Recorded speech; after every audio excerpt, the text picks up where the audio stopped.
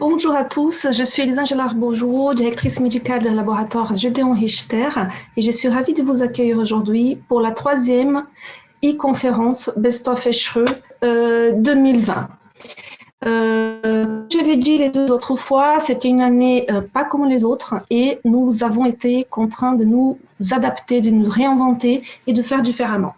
Bien évidemment, chaque année, on adore cet événement, c'est l'événement le plus important au monde du domaine de la médecine de la reproduction. Et pour nous, c'est toujours une joie de retrouver nos médecins, nos amis et de participer du congrès. Cette année, c'était un peu différent. L'Échereux était, pour des raisons que vous connaissez très bien, complètement online. Nous avons donc eu cette initiative chez Gédéon Richter de partager avec vous les meilleurs moments de ces journées, puisque nous savons que suivre un congrès en ligne devant son ordinateur, ce n'est pas toujours évident. Je tiens à remercier, puisqu'aujourd'hui c'est les derniers jours, la 3e de conférence, je tiens à remercier à mon équipe, Céline Solignac et Pierre-Marie Alonso, qui ont travaillé beaucoup pour qu'on puisse vous proposer ces 3 conférences, ainsi que Grégory Chevenier qui nous aide toujours pour la mise en place de ces genres de projets, de ces genres d'idées qui au début étaient un vrai défi pour nous. Aujourd'hui, donc, 3e conférence, nous allons avoir Pietro Santulli et Pierre-Emmanuel Bouet qui vont nous faire leur best-of, c'est-à-dire les abstracts ou les communications qu'ils ont sélectionnées de cette 3e journée du congrès, à savoir la journée d'hier du congrès de l'Échereux. On va commencer par Pierre-Emmanuel Bouet, qui est médecin, gynécologue et qui exerce et est responsable de l'activité AMP au CHU d'Angers. Je passe la parole donc à Pierre-Emmanuel et ensuite on aura Pietro Santulli avec sa sélection. Bonjour à tous. Alors, je remercie Gédéon Richter d'avoir organisé ce best-of qui est très intéressant pour faire la synthèse de l'Échereux. Donc, on a la tâche avec Pietro de vous résumer la journée d'hier du 9 juillet. Donc, comme a bien présenté Elisangela, je suis Pierre-Emmanuel Bouet. Pour ceux qui ne me connaissent pas, je suis responsable de l'unité d'AMP au CHU d'Angers et je suis gynécologue obstétricien. Alors, la première session qu'on a choisie, c'était la session Covid, parce que c'est une session d'actualité et c'est 2 études italiennes que je vais vous présenter. La première a évalué l'impact psychologique des FIV qui ont été interrompues ou alors repoussées durant la période Covid dans un centre italien de Gênes. Donc, ce centre a envoyé des questionnaires aux couples qui étaient en attente d'une FIV dans leur centre. Ils ont fait ça au mois d'avril. Il y avait des relances 1 fois par semaine pendant 1 mois pour ceux qui ne répondaient pas au premier questionnaire. Ils ont exclu évidemment les hommes ou les femmes qui avaient des antécédents psychiatriques. Ils ont évalué par des scores validés leur anxiété ou leur état de dépression par rapport au report de leur traitement en période Covid. Bon, ils ont un très bon taux de réponse, 81%, 294 femmes et 209 hommes. L'âge moyen pour les hommes comme les femmes était de 37-38 ans. C'était des couples qui avaient en moyenne eu 2 échecs de FIV et on voit que la prévalence totale d'anxiété ou dépression était quand même importante puisqu'elle atteignait au total 39%. Ils constataient que chez les femmes, cette prévalence était plus élevée que chez les hommes de manière significative, 44% versus 30%. Et elle était aussi plus élevée chez les femmes, on pouvait s'y attendre, de plus de 35 ans ou celles qui avaient des antécédents d'échecs de FIV. Ils ont cherché des facteurs de risque sur la survenue d'anxiété ou dépression chez ces couples qui avaient une FIV repoussée. Et comme on pouvait s'y attendre, les patientes avec une réserve ovarienne diminuée étaient plus à risque avec un odds ratio à 2,13. On avait des patientes avec endométriose. Aussi, les patientes avec un utérus polymyomateux, c'était significatif. Et aussi, c'est intéressant de noter que les patientes qui passaient plus d'1 heure par jour devant les informations à la télévision étaient forcément plus angoissées. Il est intéressant de voir que 37% des patients ou patientes auraient souhaité avoir une FIV en dépit de la pandémie et 76% des patients ou patientes seraient rassurés s'ils savaient à partir de quand ils pourraient redébuter une FIV. Je trouve ça intéressant pour notre pratique. On sait qu'actuellement en France, avec l'agence de biomédecine, on a une liste de comorbidités à remettre aux patientes et on a les patientes obèses. On est un peu embêté de les prendre en charge pendant la période Covid. Moi, ce que je constate en pratique, c'est quand je les ai au téléphone, le fait qu'on n'ait pas vraiment de date à pouvoir leur proposer pour la reprise des traitements est assez facteur d'angoisse chez elles. Donc, ces données un peu sur la psychologie des couples étaient assez intéressantes. La deuxième étude sur le Covid, c'était sur fertilité préservation, enfin préservation de la fertilité en période Covid. Une étude encore italienne. Là, c'est une enquête qui a été menée auprès des membres de la Société de fertilité italienne. À 46 membres, 46 membres ont répondu de 42 centres situés à des endroits différents de l'Italie. C'était 6 QCM et 9 questions à réponse courte. Ils l'ont envoyé par mail, puis il y a eu des rappels le 17 mai et le 22 mai. Leurs critères de jugement étaient de comparer entre janvier et avril 2020, ce qui s'était passé pendant la période Covid en Italie, par rapport à un an avant, entre janvier et avril 2019. Ce qu'ils ont constaté, c'est qu'il y a une réduction de 19,6% en 2020 de l'activité de préservation de la fertilité par rapport à 2019, ce qui est en fait pas tant. Et l'impact du Covid, ils ont du mal à le démontrer, puisqu'on voit que pendant la période de confinement en 2020, et ça représente 43% des cycles qu'ils ont fait entre janvier et mai. Donc, à peu près 50% des cycles de préservation de la fertilité ont été faits en Italie en début d'année, pendant la période de confinement. Donc, il n'y a pas une réduction énorme. Et cette communication, elle est intéressante pour comparer par rapport aux pratiques françaises, où on sait qu'il y a certains centres français qui n'ont pas forcément voulu maintenir leur activité de préservation de la fertilité. On voit qu'en Italie, ça ne les a pas forcément freinés. Ils faisaient un screening pour tous les patients, l'interrogatoire par des checklists dans 61% des cas, ils faisaient une RT-PCR dans 33% des cas. Les 2 tiers de préservation de la fertilité, c'était de la préservation de fertilité masculine et 1 tiers préservation de la fertilité féminine. Et quand on regarde les centres qui ont fait de la préservation de la fertilité féminine, 11 centres à peu près, on constate que 91% étaient faites en système ouvert, 9% en circuit fermé. Alors, ils avaient probablement des cuves sèches, un peu comme en Espagne, avec, vous savez, l'azote liquide qui circule dans les parois des cuves. Donc, c'est pas si aberrant que ça, leur pratique. Et les échantillons étaient stockés dans des cuves de patientes non infectées à 81% ou dans des cuves spécifiques quarantaine à 19%. Là encore, je pense en fonction du type de cuve qu'ils avaient. Ils ont fait aussi une recherche Covid chez les soignants de 5 équipes et ils voyaient qu'ils avaient un taux de 12% de soignants positifs. C'était surtout en Lombardie, dans le nord de l'Italie, comme on peut s'en douter. Donc voilà, étude là encore intéressante pour voir que ça n'a pas vraiment freiné de manière importante l'activité de préservation de la fertilité en Italie. Troisième étude, là on passe un petit peu à la partie fausse couche. J'ai relevé 3 études dans les présentations qui ont été faites sur les fausses couches. Alors, il y a cette étude qui est une étude randomisée multicentrique qui réunit 18 centres hollandais, qui est très intéressante puisqu'elle reparle du traitement par mifepristone avant misoprostol en cas de fausse couche. Elle est très intéressante. Alors, l'étude avait commencé aux Pays-Bas quand, vous savez, les résultats de l'étude américaine ont été publiés dans le New England en 2018. Qui déjà démontrait l'intérêt de la mifepristone avant le cytotec, avant le misoprostol pour le traitement des fausses couches. Vous allez voir que les résultats de l'étude hollandaise renforcent cet article du New England. Donc 17 centres, ils ont même été obligés d'arrêter prématurément le recrutement dans leur étude suite à l'analyse intermédiaire au bout de 50% des inclusions. Donc en septembre 2019, ils ont arrêté l'étude au bout d'1 an. Ils ont pu donc inclure 344 femmes, 172 femmes dans chaque groupe, l'analyse est en intention de traiter. Les critères d'inclusion, c'était les grossesses arrêtées, entre 6 et 14 semaines d'aménorrhée, après avoir laissé une semaine d'expectative pour l'expulsion spontanée de la fausse couche. Il y avait donc une randomisation qui a été faite, un bras qui était mifepristone puis misoprostol, un bras placebo puis misoprostol. Et ils faisaient une échographie 15 à 20 jours après le début du traitement. Leur critère de jugement principal, c'était le succès du traitement par une bonne vacuité utérine, soit une absence de sac gestationnel, soit un endomètre inférieur à 15 mm.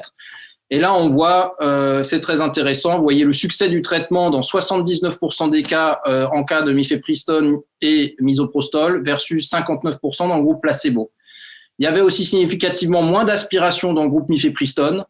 Il y avait plus d'effets secondaires dans le groupe mifepristone. Alors, c'était des effets secondaires dits légers, entre guillemets, c'était des diarrhées, des nausées. Par contre, quand on regarde les effets indésirables sévères, on voit qu'il était significativement supérieur dans le groupe misoprostol et c'était lié notamment aux fausses couches un peu hémorragiques, aux curetages qui sont faits en urgence. Et par rapport à ces effets indésirables sévères, finalement, et à leur fréquence, quand on regarde le coût direct de la prise en charge, on est à plus 26% dans le groupe placebo, ça représente à peu près 135 € par patiente. Donc, la conclusion de l'étude hollandaise, elle est intéressante puisqu'avec mifepristone, il y a plus de réussite du traitement, il y a moins d'aspiration, il y a moins d'effets indésirables sévères et ça semble moins cher pour la société. Donc, là, une présentation qui peut-être a reçu l'award, je ne sais pas, mais en tout cas, elle était soumise à un award et elle va en complément de l'article du New England. Donc, ça, personnellement, ça va peut-être me faire changer mes pratiques au sein de mon service. Les performances reproductives après l'application d'acide hyaluronique en intra-utérin chez des femmes avec dilatation curetage qui avaient déjà un antécédent de fausse couche et déjà eu un curetage. Alors ça, c'est une étude sur l'intérêt de l'antiadhérentiel intra-utérin. Ce qu'ils ont fait, c'est les Hollandais encore, ils ont suivi une cohorte issue d'une étude randomisée multicentrique qui avait été faite de 2011 à 2016, qui est l'étude PAPA, qui avait été publiée dans Fertile Stérile en 2017, il me semble. Cette étude PAPA, ils avaient randomisé, ils avaient eu 2 groupes, 70 femmes qui avaient eu curetage puis acide hyaluronique versus 70 femmes avec juste curetage sans acide hyaluronique. Et ils retrouvaient de manière significative plus de synéchie dans le groupe sans acide hyaluronique, environ 30% de synéchie dans le groupe sans acide hyaluronique et 10% dans le groupe sans acide hyaluronique, et les synéchies étaient significativement plus sévères dans le groupe sans acide hyaluronique par rapport à l'autre. Alors, étude à prendre avec des pincettes parce que l'étude a été très longue pour recruter, parce que faibles effectifs dans chaque groupe, parce qu'il n'y avait pas de placebo, et parce que leur calcul de nombre de sujets nécessaires était un petit peu discutable, étant donné que leur hypothèse de base, c'était quand même de démontrer au moins 25% de différence entre les deux groupes. Bon, enfin, l'intérêt, c'est qu'ils ont fait le suivi à long terme et sur la reproduction de ces femmes. C'est des femmes qui ont toutes un antécédent de fausse couche avant 14 semaines. Elles ont été randomisées, comme je viens de vous le dire, il y a quelques années avant. Et ils les ont suivies sur 30-40 mois. Donc, ils ont pu récupérer les données de fertilité de 139 femmes après au moins 30 mois après la randomisation. Qu'est-ce qu'ils trouvent? Ils trouvent un taux de réponse très, très intéressant, des caractéristiques des populations qui sont comparables. Et il y a un suivi dans les 2 groupes de 40 mois en moyenne. Sur le taux de naissance vivante cumulé, c'est intéressant de constater que le Lazar ratio n'est pas significatif. Et alors, ils ont fait une sous-analyse. Il y a encore moins de patientes chez le sous-groupe de femmes ayant déclaré avoir eu un désir de grossesse après leur curetage. Donc, il y avait 53 femmes dans le groupe hyalobarié versus 60 femmes sans hyalobarié. Et là, ils retrouvaient une significativité, mais sur une sous-analyse. Le temps moyen pour concevoir n'était pas significatif, mais avec une tendance dans le groupe hyalobarié sur un temps plus court. Donc, la conclusion de l'auteur, c'était que l'application d'hyalobarié après un antécédent de fausse couche augmenterait les chances de naissance vivante chez une femme avec désir de grossesse. Je pense qu'il faut tempérer ces propos. Si je le présente aujourd'hui, c'est justement peut-être pour pas qu'on vous disiez après avoir lu cet abstract, va falloir mettre du hyalobarié chez toutes les femmes à qui on fait des dilatations curetage avec antécédent de fausse couche. Non, ça nécessite d'autres études plus importantes, mais qui sont pas faciles à faire parce que les études randomisées pour évaluer l'intérêt d'un traitement chirurgical ou un complément de traitement chirurgical, souvent les recrutements sont difficiles. Donc, pour l'instant, cette étude ne nous permet pas d'envisager un changement de pratique. À noter aussi que l'investigateur principal avait un conflit d'intérêt avec Nordic Pharma. Étude très intéressante sur l'impact des hématomes sous-chorioniques dans les fausses couches du premier trimestre chez des femmes avec antécédent de fausse couche à répétition, une étude londonienne. Donc là, une étude rétrospective, une étude de cohorte observationnelle de janvier 2017 à 2019, antécédent de fausse couche à répétition. Il faisait systématiquement une échographie à 6 semaines. Alors, population conséquente, puisque comme vous savez, c'est difficile de recruter des fausses couches à répétition dans des études. Et là, il y a quand même 457 grossesses intra-utérines qui ont pu être évaluées chez des femmes avec antécédent de fausse couche à répétition. Et la question que se posaient les auteurs, c'est les traitements de fausse couche à répétition augmentent-ils le risque de formation d'hématomes sous-choriales? Vous savez qu'on donne souvent Aspégique, HBPM ou les deux. Chez ces patientes-là, sans vraiment savoir s'il y a un intérêt et si ça va permettre d'éviter la récidive de fausse couche. La présence d'un hématome sous-chorial augmente-t-il l'incidence d'une fausse couche? Et puis, y a-t-il une corrélation entre la taille de l'hématome et le risque de survenue de la fausse couche derrière? Et pour la taille, de manière intelligente, ils ont pris le rapport taille de l'hématome sur la taille du sac gestationnel. L'âge moyen de leur population, 36 ans. Le nombre médian de fausses couches par couple était de 4. Donc, c'est une vraie population avec antécédent de fausse couche à répétition. Ça donne aussi ça renforce l'intérêt de cette étude. Le taux de récidive de fausse couche chez cette cohorte était de 25%. L'incidence d'hématomes sous-chorioniques, c'était 15%.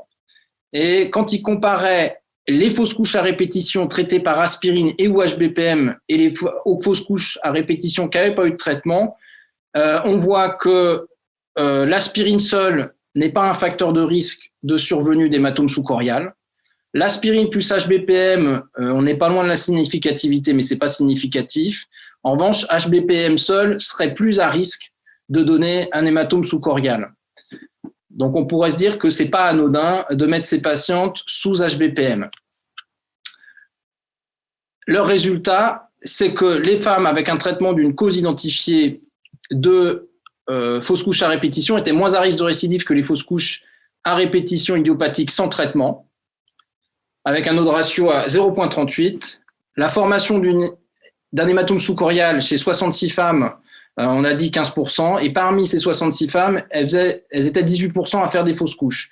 Donc c'est intéressant de voir que le fait d'avoir un hématome sous-chorial n'augmentait pas le risque de faire une nouvelle fausse couche dans cette population. C'est une donnée qu'on n'avait pas forcément dans la littérature.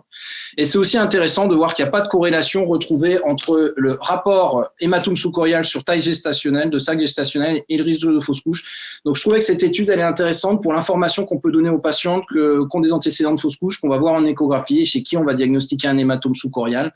La taille va pas forcément impacter, et le fait qu'il y ait un hématome sous-chorial, c'est pas forcément un facteur de risque de récidive encore de la fausse couche. Puis intéressant aussi de voir ce que les traitements qu'on va leur donner comme aspirine ou HBPM peuvent avoir sur le risque de survenue d'un hématome sous-chorial.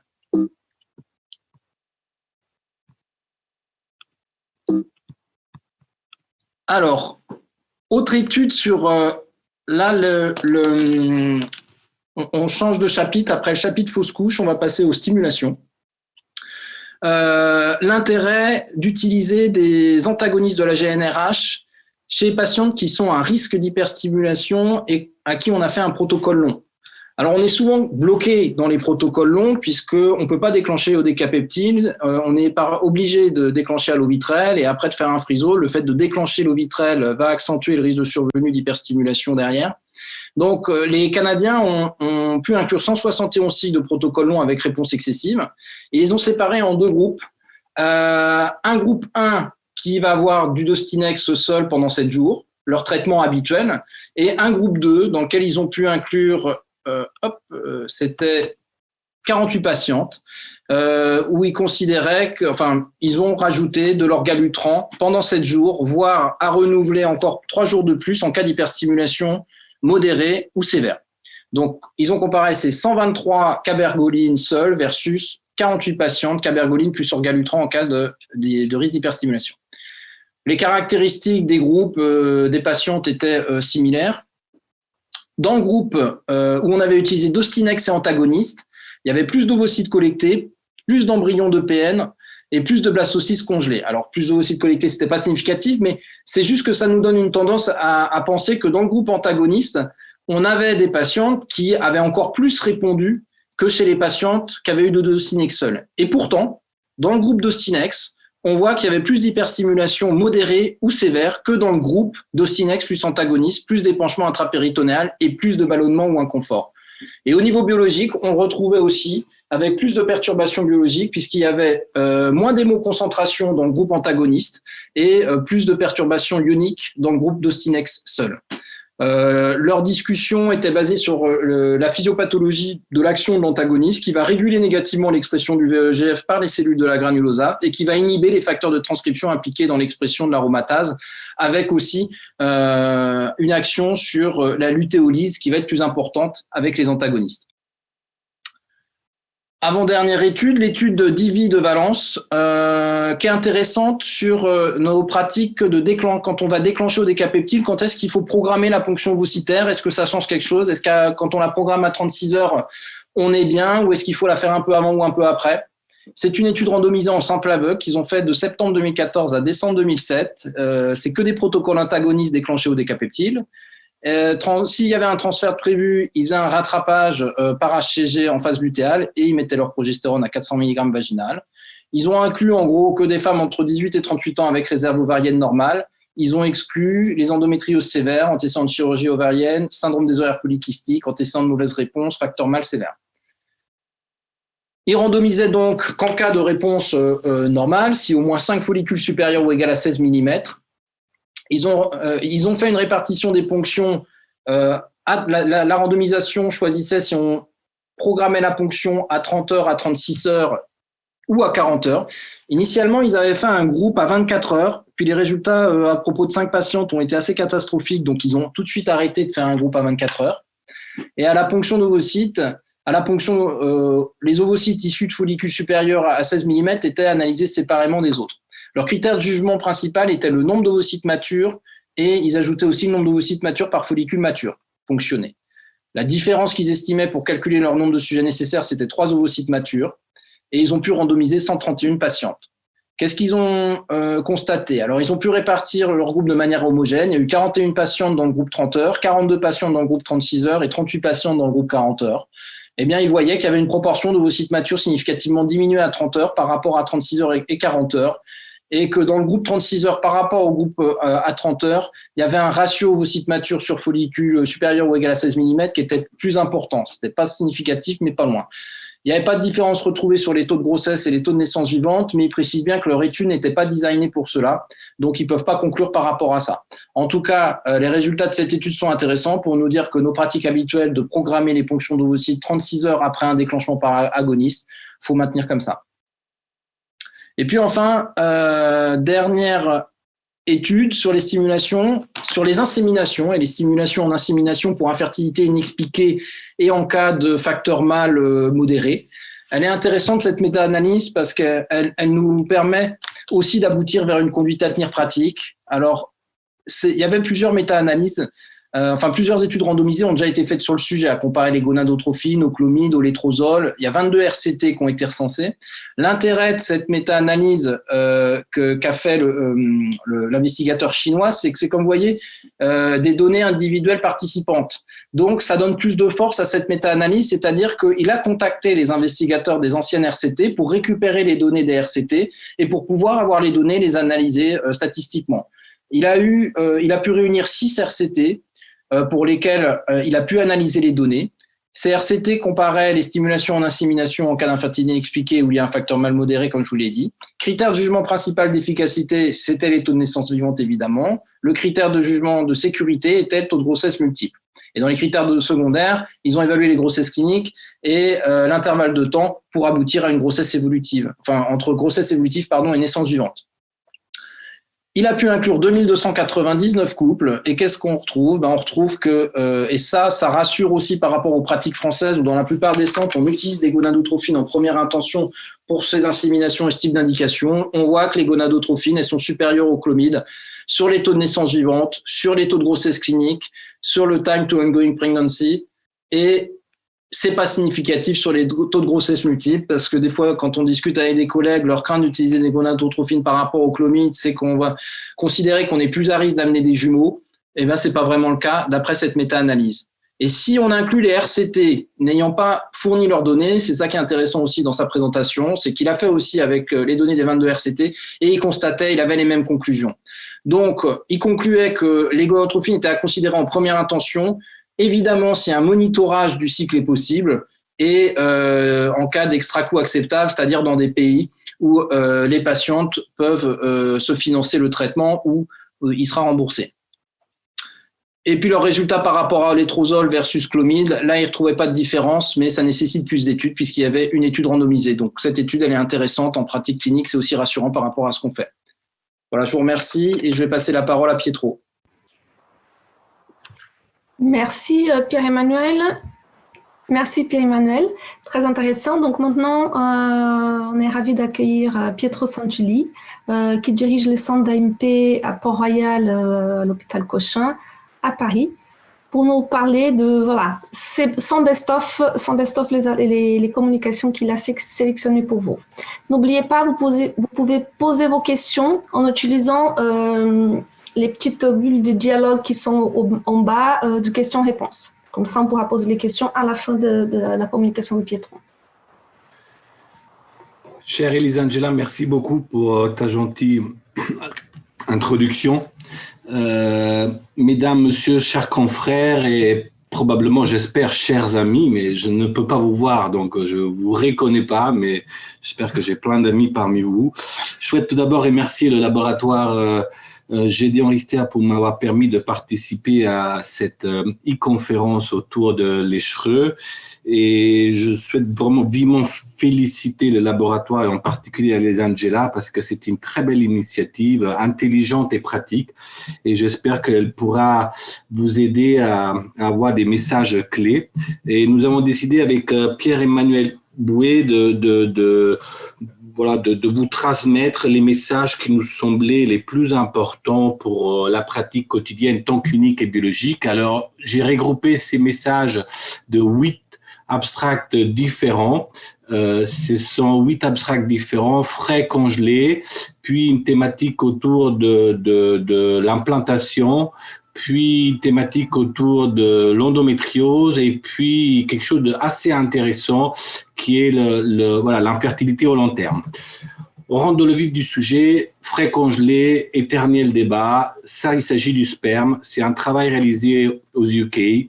Il s'intéresse aux naissances après ICSI, sperme frais, sperme congelé. Et le message principal, il n'y a pas de différence en matière de naissance. Ça peut paraître banal, mais vous allez voir que c'est un très, très beau travail. Ils ont utilisé le registre de FIV aux UK. Ils ont recensé les naissances par cycle issues de 235 000 cycles d'ICSI entre 2007 et 2017 de tous les cliniques aux UK. Il s'agit essentiellement de sperme éjaculé, mais il y a aussi du sperme épididymère et testiculaire. Les taux de naissance par cycle sont équivalents entre sperme éjaculé, épididymère et testiculaire. Mais le message le plus intéressant est sur cette diapositive. Et sur cette diapositive, on voit que quand on compare le sperme éjaculé frais, congelé, même taux de naissance, sperme épididymère frais, congelé, même taux de naissance, sperme testiculaire frais, congelé, même taux de naissance. C'est extrêmement important parce que cela va permettre de mieux organiser votre centre. Il n'est pas forcément obligatoire d'organiser des biopsies chirurgicales synchrones. Ça évite des situations assez embarrassantes comme devoir congeler des ovocytes parce qu'on ne trouve pas des spermatozoïdes à la biopsie. Et puis, ça permet aussi de ne pas se retrouver avec une biopsie qu'on a voulu frais et 2 ovocytes seulement à cause d'une mauvaise réponse. Donc, frais, congelés, pas de différence intéressante pour la pratique. Au reste de la thématique du congelé, cette fois, c'est des embryons qu'on transfère après décongélation. C'est un travail de l'UZB. La question posée, est-ce que le mode de préparation endométriale pour le transfert d'embryons congelés entre traitement hormonal substitutif ou cycle naturel est associé à un risque accru de prééclampsie? La réponse est la préparation endométriale par THS dans les transferts d'embryons congelés est associée à un risque accru de prééclampsie par rapport au cycle spontané. Alors, c'est un travail de l'UZB, ils ont un gros volume d'activité, mais en 10 ans, 2010-2019, ils ne font ce travail que sur 500 patientes parce qu'ils ont voulu se centrer sur les patientes qui ont une FIV à l'UZB et accouché à l'UZB, qui a fait qu'il a énormément réduit probablement leur population avec environ 50 TEC par an. Et ils ont comparé les transferts d'embryons congelés en un cycle naturel, aucun traitement, ovulation spontanée, transfert de J3 de J2 ou blasto, au traitement par THS, démarrage de la progestérone et puis transfert embryonnaire. Les résultats sont sur histogramme. Taux de prééclampsie en THS 12%, 4% en cycle naturel, plus d'hypertension de la grossesse et également plus de risque de saignement antépartum quand on a préparé l'endomètre avec un traitement hormonal substitutif. Et après ajustement sur les différents facteurs confondants, le traitement hormonal substitutif est associé à 3 fois plus de risque de prééclampsie par rapport à un cycle spontané avec un corps jaune. Et ils analysent après en ce groupe, et en particulier le groupe avec des dons d'ovocytes, dans lequel les pourcentages de prééclampsie en THS rejoignent 40% de risque. Donc, c'est des données qui confirment les données qui sont déjà connues de la littérature. On passe à la thématique implantation. Autour de l'implantation, un premier travail d'une équipe en Turquie. Ce travail de l'équipe en Turquie pose la question, est-ce que le microbiote vaginal est associé à des résultats d'assistance médicale à la procréation différents. Il n'y a pas d'association, c'est ça le message du travail. Alors, il s'agit de 225 patientes entre 23 et 40 ans. Ils ont eu un protocole antagoniste fixe. On a réalisé un prélèvement vaginal au fond du vagin le jour du transfert embryonnaire. On a réalisé un séquençage de l'ARN ribosomial 16S pour pouvoir préciser quelles sont les espèces bactériennes présentes au niveau du prélèvement vaginal. Les résultats, 50% de femmes ont été enceintes dans cette série, 27% naissance. Et quand on compare la diversité bactérienne dans les prélèvements vaginaux des femmes qui ont conçu versus les femmes qui n'ont pas conçu, il n'y a pas de différence en matière de diversité bactérienne. Et même quand on regroupe les fleurs, les micro-organismes présents dans la fleur vaginale en fonction de 5 classes de communautés et décrites il y a plusieurs années par Ravel, on voit quel que soit le type de microbiote vaginal, il n'y a pas d'association significative entre les chances de grossesse et un type de microbiote vaginal. Donc, a priori, pas d'impact majeur dans ce travail entre microbiote et chances de naissance. En implantation, il y a une deuxième thématique qui me paraît importante de partager avec vous, c'est l'éternel débat autour du scratching endométrial. Il y avait déjà eu un travail publié dans un grand journal l'année dernière, il y a 1 an et demi, et ça, c'est une étude issue des UK. L'objectif, c'est d'examiner si la biopsie endométriale avant la première FIV augmente les chances de naissance. C'est une étude randomisée multicentrique en ouvert de 2016 à 2019, 16 centres aux UK. Et on compare la biopsie endométriale au milieu de phase lutéale avant la première FIV au traitement conventionnel. Ils ont randomisé plus de 1000 patientes, 500 biopsies, 500 pas de biopsie, traitement conventionnel. Les résultats sont bien visibles sur cette diapositive. En matière de chances de naissance, qu'il s'agisse d'une étude en intention traitée ou en per protocole, quel que soit le sous-type de population à analyser, bon pronostic, mauvais pronostic, le message est identique, il n'y a aucun impact sur les chances de naissance de la biopsie endométriale avant le premier cycle de FIV comparé à pas de biopsie. Donc, en clair, pas d'intérêt de la biopsie endométriale. On change de thématique. 3 abstracts on nous a sélectionnés avec Pierre-Emmanuel Bioré autour de l'endométriose. Alors, c'est une étude randomisée réalisée en Inde. La question posée, c'est est-ce que l'aspiration transvaginale d'un endométriome préserve mieux la réserve ovarienne qu'une kystectomie ovarienne avant la FIV? Il est évident que la réponse est que l'aspiration préserve mieux la réserve ovarienne. Voici les données. C'est une étude randomisée entre 2017 et 2019. 104 patientes infertiles entre 20 et 36 ans. 52 femmes ont une kystectomie suivie par 3 mois d'analogue et puis la fécondation in vitro. Deuxième groupe, 52 femmes ont eu 3 mois d'analogue, puis aspiration transvaginale, puis fécondation in vitro. Les résultats sont disponibles sur ce tableau. Quand on fait une kystectomie, le compte folliculaire par rapport à une aspiration est plus faible, l'AMH est plus faible, le taux d'FSH est plus faible, on récupère moins d'ovocytes et on a moins de bébés. Le message est très clair, l'aspiration est moins délétère que la kystectomie. Mais c'est des données qui sont également connues. La kystectomie, c'est très mauvais pour la réserve ovarienne, altère la réserve ovarienne. Donc, il faut éviter de réaliser des kystectomies avant une fécondation in vitro. Maintenant, est-ce qu'il faut faire une aspiration ou pas? C'est un autre débat. En tout cas, pas de kystectomie avant la fécondation in vitro, si possible. Puis, autre travail autour de l'endométriose, c'est sur les analogues de la GnRH. en post-chirurgie, après une cœlioscopie, pour le traitement d'une endométriose minime à légère, les stades 1 ou 2, et avant FIV. Le message est que le blocage par analogue après chirurgie avant FIV n'augmente pas les chances de grossesse. C'est un travail présenté par une équipe grecque. C'est une étude randomisée contrôlée, 3 centres, 2 en Grèce, 1 au Japon. C'est une étude qui a duré 15 ans, de 2003 à 2018. Bon, ça pose des questions. Et puis, les femmes, elles ont entre 29 et 38 ans. Ils ont 400 patientes avec une endométriose stade 1 ou 2. Stade 1 ou 2, ça veut dire des endométrioses minimes à légères, peut-être superficielles, mais en fait, ça peut être aussi des endométrioses profondes parce que les stades 1 ou 2 ne tiennent pas compte du caractère superficiel ou profond de l'endométriose.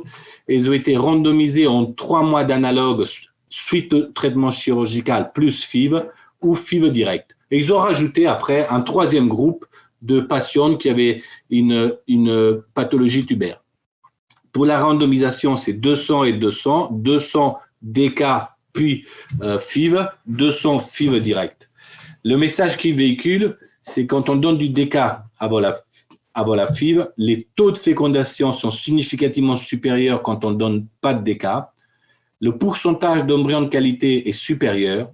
Par contre, il n'y a pas de différence en matière de chance de grossesse entre DK et pas de DK. Donc, il donne comme message pas de DK dans les endométrioses minimes à légères. C'est une donnée qui est déjà connue et qui est déjà prise par la revue de la Cochrane qui a été publiée cette année. Et en fait, ça pose beaucoup de questions sur le protocole de randomisation qui a duré 15 ans, sur le fait qu'on randomise 2 groupes et on présente les résultats sur 3 groupes. On a attendu 15 ans et il n'y a pas de données sur les naissances, pas de données sur les fausses couches. Et puis, surtout sur le rationnel de l'étude de décapeptile après avoir fait un traitement chirurgical de l'endométriose, donc qui est une endométriose superficielle, donc on est censé avoir traité. Bon, voilà, c'est un message à prendre avec des pincettes pour le moment. Autre présentation intéressante, c'est le travail du groupe d'Ivy, Anna Cobo, autour de la préservation de la fertilité sur l'endométriose. La question qui était posée, c'est est-ce que les ovocytes de femmes qui ont fait une préservation de la fertilité pour endométriose survivent mieux et donnent plus de bébés par rapport aux femmes qui ont congelé leurs ovocytes pour une cause élective, c'est-à-dire sociétale. Le message qui est donné, c'est que les femmes qui ont une endométriose ont une diminution de la survie des ovocytes. En fait, Anna Cobo et Garcia Velasco, donc l'équipe de IVI, ont publié en début de cette année un très beau travail dans Fertile Stérile sur leur expérience en matière de préservation de la fertilité chez les femmes qui ont une endométriose. Et ils véhiculent 2 messages très importants. Quand on fait la préservation de la fertilité après 35 ans, ça marche nettement moins bien. Et quand on fait la préservation de la fertilité après la chirurgie, ça marche nettement moins bien. Ils avaient publié il y a 2 ans un autre travail sur la préservation de la fertilité pour cause sociétale, entre guillemets, élective. Et ce qu'ils ont fait dans ce travail, c'est qu'ils ont comparé les résultats des femmes qui avaient préservé les ovocytes pour une cause endométriose à la cause élective. Les résultats, ils sont sur ce graphique. Ils séparent les femmes en moins de 35 ans, plus de 35 ans. Les femmes plus de 35 ans qui aient une endométriose ou pas d'endométriose, les survies, les taux de grossesse et d'implantation sont strictement équivalents. Par contre, avant 35 ans, les femmes qui ont une endométriose, par rapport aux femmes qui ont fait une congélation élective, ont des survies moins bonnes, moins d'implantation, moins de taux de grossesse et moins de taux de grossesse cumulés. Le message qu'Anna Cobo véhicule dans sa présentation, c'est que c'est normal, enfin c'est pas normal, c'est plus ou moins connu, la qualité ovocytaire chez les femmes qui ont une endométriose étant altérée, ceci explique cela, et donc il faut préserver d'autant plus les femmes qui ont une endométriose, d'autant plus qu'elles sont jeunes et avant la chirurgie, car il y a potentiellement une altération intrinsèque de la qualité des ovocytes chez ces femmes. C'est très combattu, il ne faut pas rentrer dans les détails. C'est le seul résultat qu'elle montre dans son travail. On n'a pas de description de la population. Il se trouve, c'est possible que les femmes qui ont une endométriose aient des MH plus faibles, une âge plus élevé que les femmes de le groupe électif, ce qui peut expliquer ces différences. Donc, il faut vraiment attendre les résultats définitifs de ce travail. Dernier abstract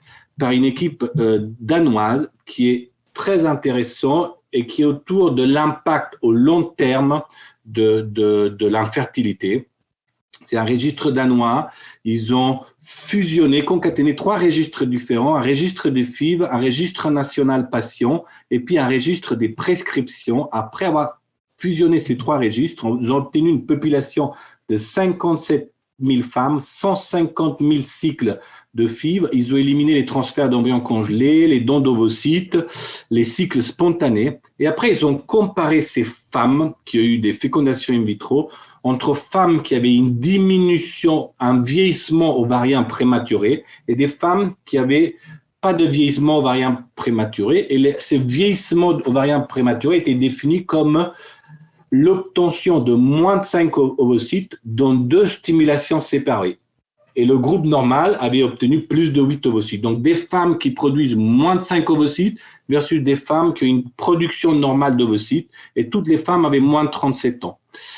Il compare 1200 femmes qui ont ce vieillissement ovarien prématuré à 16 000 femmes qui ont un fonctionnement ovarien entre guillemets normal. C'est 7,5% de leur population.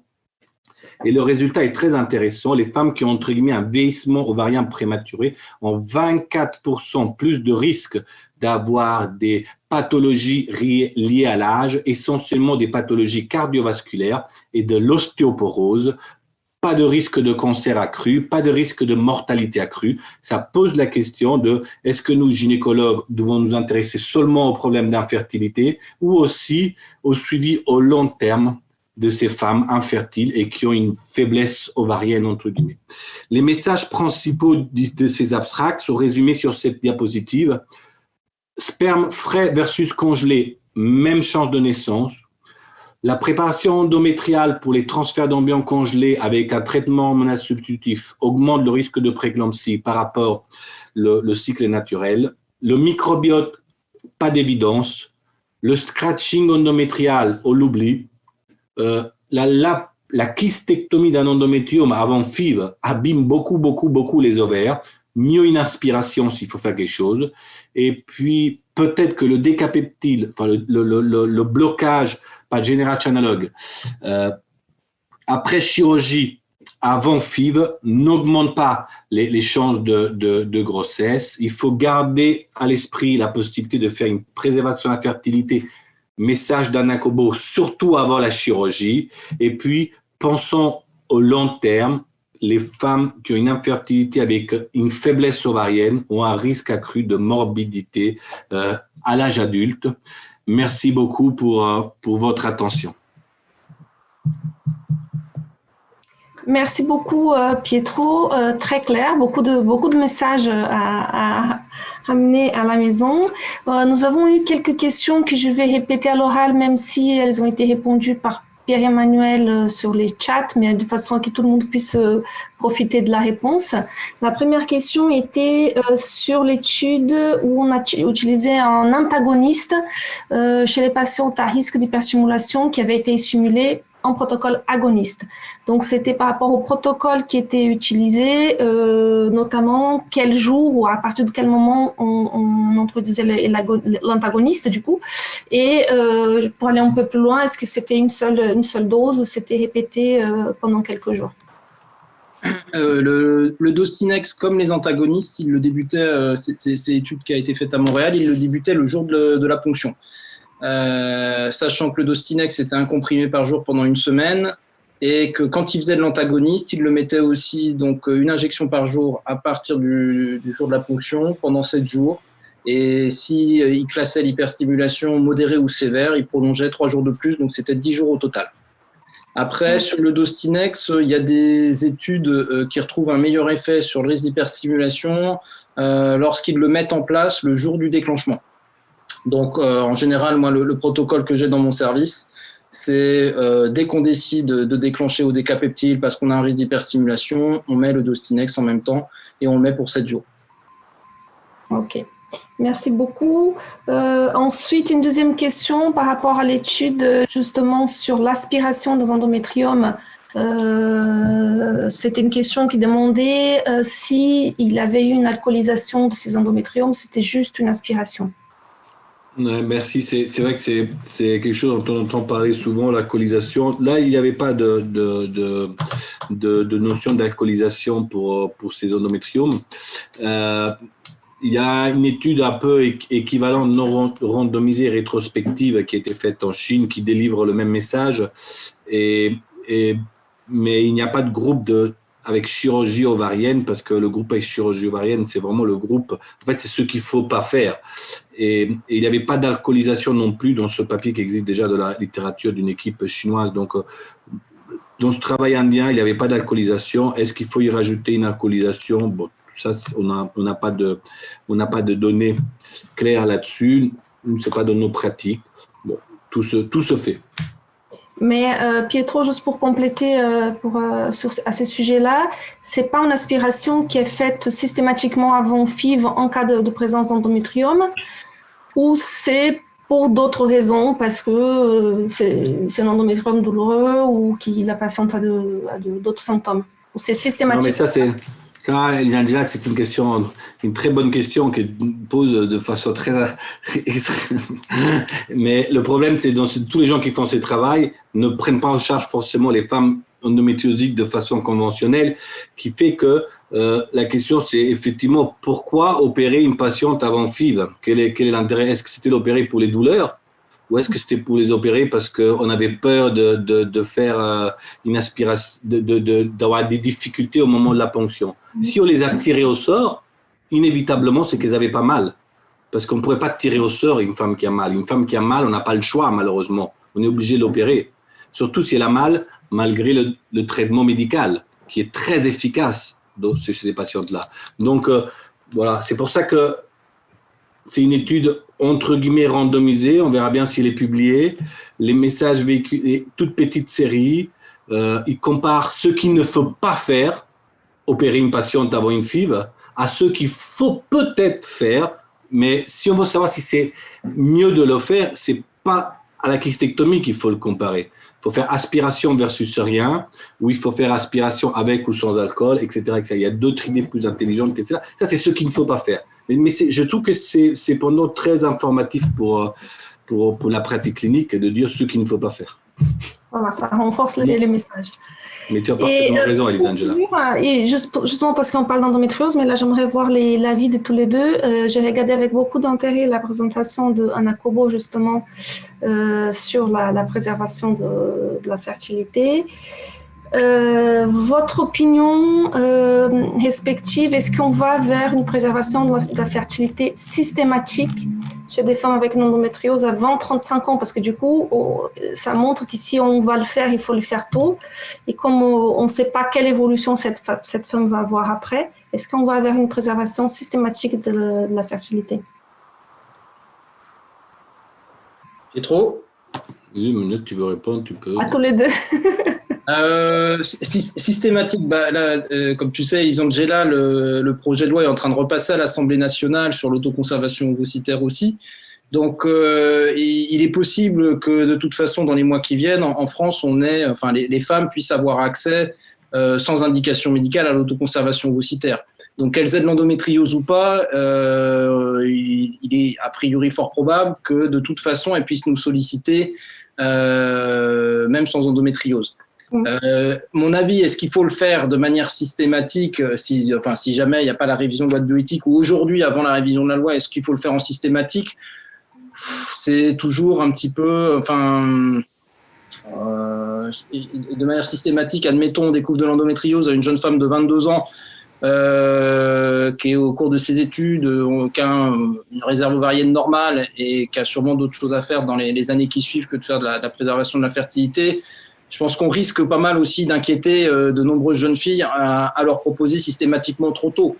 Après, c'est sûr que, comme il a été évoqué, faire des consultations d'information avant 35 ans de la fertilité des femmes et de pouvoir dire aux femmes qui ont de l'endométriose que si elles entre 25 et 35 ans, si elles ont des difficultés à concevoir, il faut venir nous voir rapidement, peut-être au bout de 6 mois, c'est plus intéressant. Après, leur proposer de manière systématique une préservation type ovocytaire parce qu'elles ont de l'endométriose, vous savez que c'est 30 à 35% des femmes qui ont de l'endométriose qui auront une infertilité. Donc, on est quand même en train de parler de plus de 60% de femmes qui ont de l'endométriose.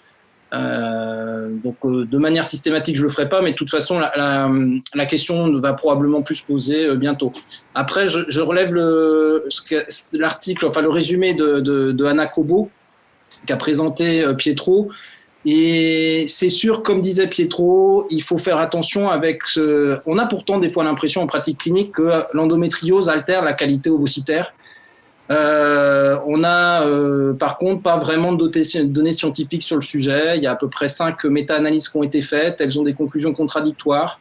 On a des études qui sont faites sur le métabolisme, sur le fluide folliculaire. Enfin, nous, on en fait à Angers et on ne retrouve pas de données. On pensait que ça allait altérer le micro-environnement ovocytaire quand on fait l'étude des métabolites ou de la transcriptomique et on a rien.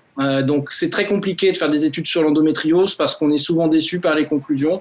Alors qu'on pense en pratique qu'il y a une altération de la qualité ovocytaire, et bien finalement, les publications sur le sujet ne sont pas claires. Et comme l'a très bien dit Pietro tout à l'heure, c'est vrai qu'Anna Cobo, avec sa cohorte, on a l'impression que ça pourrait être la qualité ovocytaire qui serait en jeu, mais c'est encore trop précoce pour le dire. Ok, merci beaucoup. Pietro, tu veux ajouter quelques... Oui. Non, c'est la question de l'APF systématique, en fait, de l'endométriose est compliquée. Et puis, je pense que chaque fois que c'est systématique, c'est sûr que ça trouve pas forcément sa place, le mot systématique de la préservation de la fertilité. Je crois qu'il y a des indications à ne pas rater en matière de préservation de la fertilité chez les femmes qui ont une endométriose, en dehors du fait que, effectivement, peut-être toutes les femmes pourront congeler les œufs s'ils le voudront, mais enfin, il faudra voir la biotique, comment ça va être fait, public, privé, qui va pouvoir vraiment le faire, etc. Donc, mais dans le cadre d'une véritable pathologie, comme l'endométriose, il y a des indications de préservation à pas rater. En clair, c'est avant la chirurgie. Il ne paraît peu possible que les femmes soient encore opérées avec des kystectomies avant la FIV, alors que toutes les données de tous les papiers donnent le même message. Quand on a fait une kystectomie avant, la FIV marche moins bien après. Donc, il y a une indication à ne pas rater, c'est avant la chirurgie. Ça, c'est, à mon avis, certain.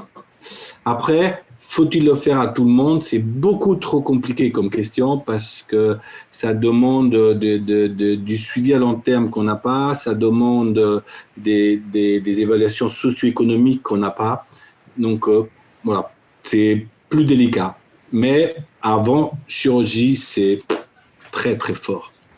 Et puis, surtout, heureusement, on essaie de faire passer le message qu'il ne faut pas opérer tous les endométriomes et que, heureusement, il y a des gynécologues qui croient à ça et c'est bien parce qu'ils donnent des traitements hormonaux aux femmes qui ont des endométriomes et ils ne les opèrent pas. Ils gardent des femmes qui ont des endométriomes des années avec leurs endométriomes et un traitement hormonal pendant longtemps.